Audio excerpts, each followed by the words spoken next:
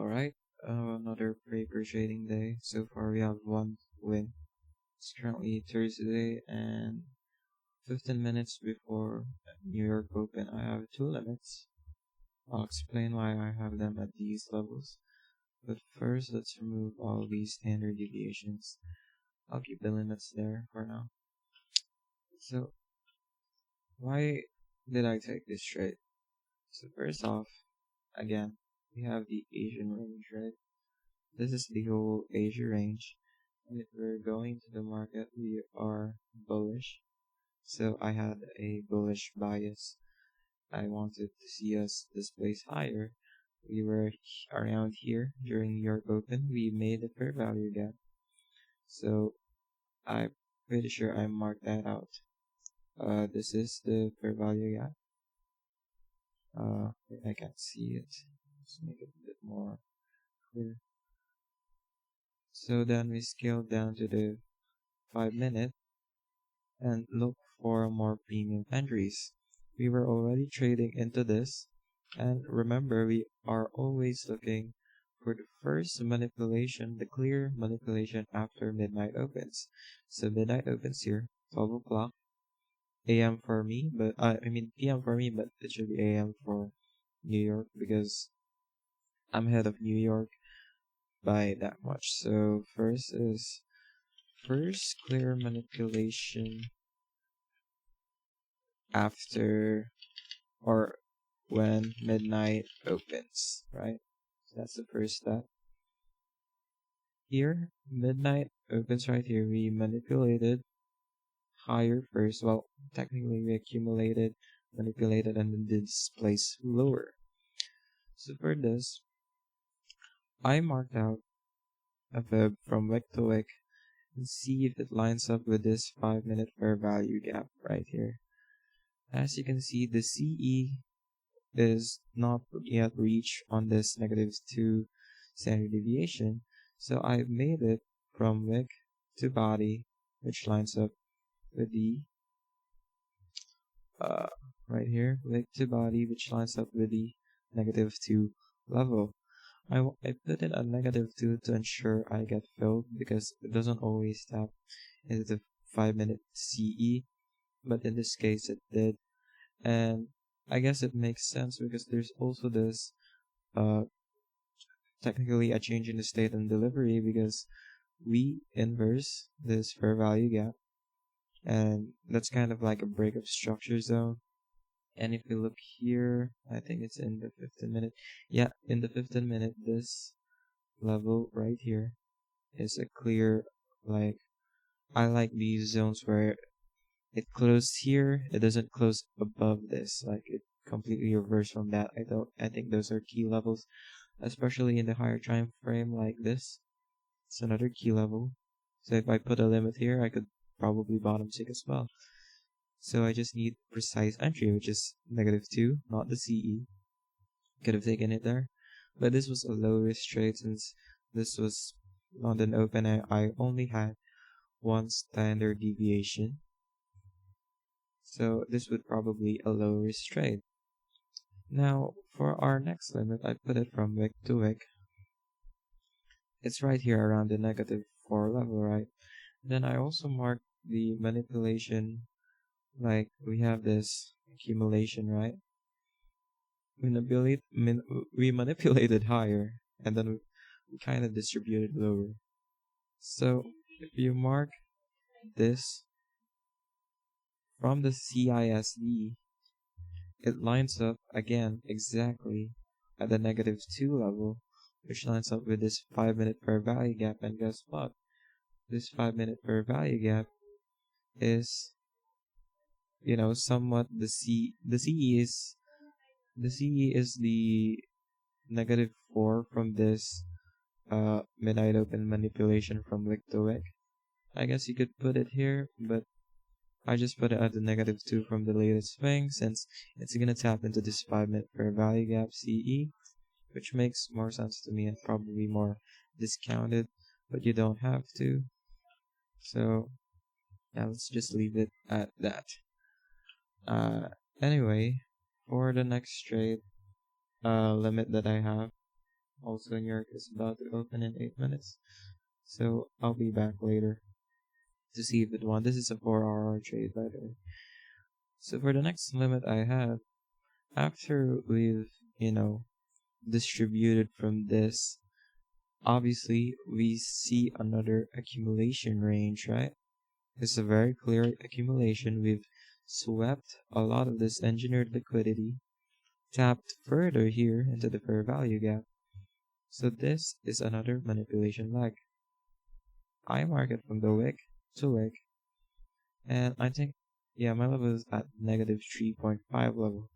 Now, why did I place it here instead of the CE of this? I think this is a 4-hour per value gap. No, it's a 1-hour per value gap.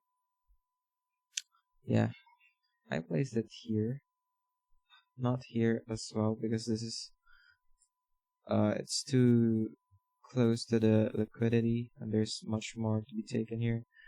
I could probably take it from this. I'll probably wait for a reaction, then rejection from block entry if I do ever take it. So anyway, this was the previous day, right? And this was the day, technically it's like the PM session. So I went to the 5-minute, no, it's a bit choppy, so I think I went to the 15 minute here. And then I marked from where the accumulation, this, right? This whole thing, manipulate, blah blah blah, manipulate. So this was the manipulation swing, technically, kind of, I guess. So I put it from this wick to the change in the state and delivery. Again, the inverse fair value gap. This fair value gap. So we just mark it to this change in the state, and it lines up exactly with the -1. Now, if you want to be really precise, you're gonna put it here, but of course you could put it at the -3.5 or the -1. For me, it made more sense here. I guess we could adjust this level. Let's see. If we try to move it from wick to wick, from wick to, where are we? This is the manipulation, this is the body, to the wick. Yeah, it's still not gonna line up.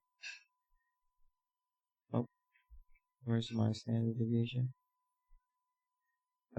Right here. If you look at the 5-minute, I think this, the wick, this is the body.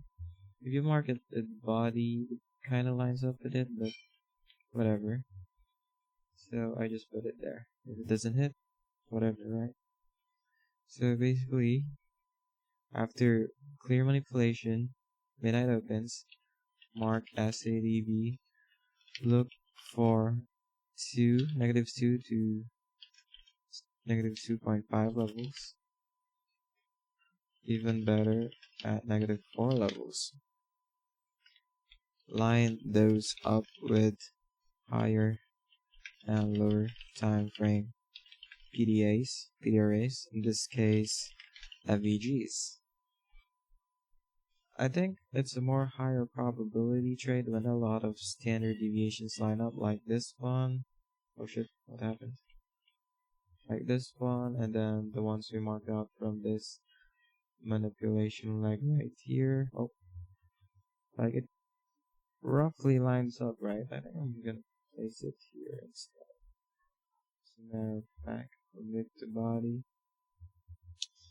Yeah, I think that makes more sense. It lines up more there, and it's near the CE of the 1 hour.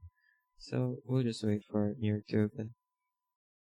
Okay, so New York just opened. I don't think we're gonna be going all the way up there. So let's reanalyze why I took this, okay? So I'm sure I would have gotten a later entry here, or a pussy entry, but anyway, we marked this from wick to wick. We had this 2.25 level. Since it just opened, it's an aggressive push. We don't really want to put limits on where price could reverse from. We want to see a very, very clear liquidity sweep first. We just swept this previous Asian session high and then tapped into the fair value gap. This was a clear sweep, and from our manipulation, like right here, down here, the one that we marked, this lines up with the negative 2.25 level. So it was rejecting a fair value gap. We swept liquidity and tapped into the standard deviation level. And I guess if we go into the 30 minute, let's see if we can find more confluences here. I'm not sure. Other than the liquidity sweep and the standard deviation, there's not really much more to show you guys. Yeah, I don't think that there's much more other than that. So we go to the 1 minute, since we have to be extremely fast. We just swap liquidity. We are tapping into our standard deviation levels. You're gonna quickly see if these levels have been are being rejected. It's very clear that they're rejecting. So we go to the 1 minute. We wait for a rejection block. Once we see this candle close bearish, it has to close bearish. We're gonna put a a limit at the CE, then just go for like 3 or 4 RR trades. Assuming we took 4 RR here, this would have been a really, really good trade. And I think this is gonna go all the way to previous day lows. Or at least up to midnight open. But anyway, this is just another 4 RR trade.